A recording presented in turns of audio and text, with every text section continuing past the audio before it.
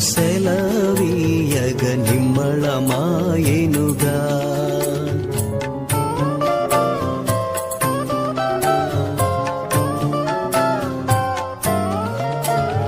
హోరుగాలులు వీచగా తుఫానులు చెలరేగగా మాట మాత్రం సెలవీయగ నిమ్మళమాయెనుగా.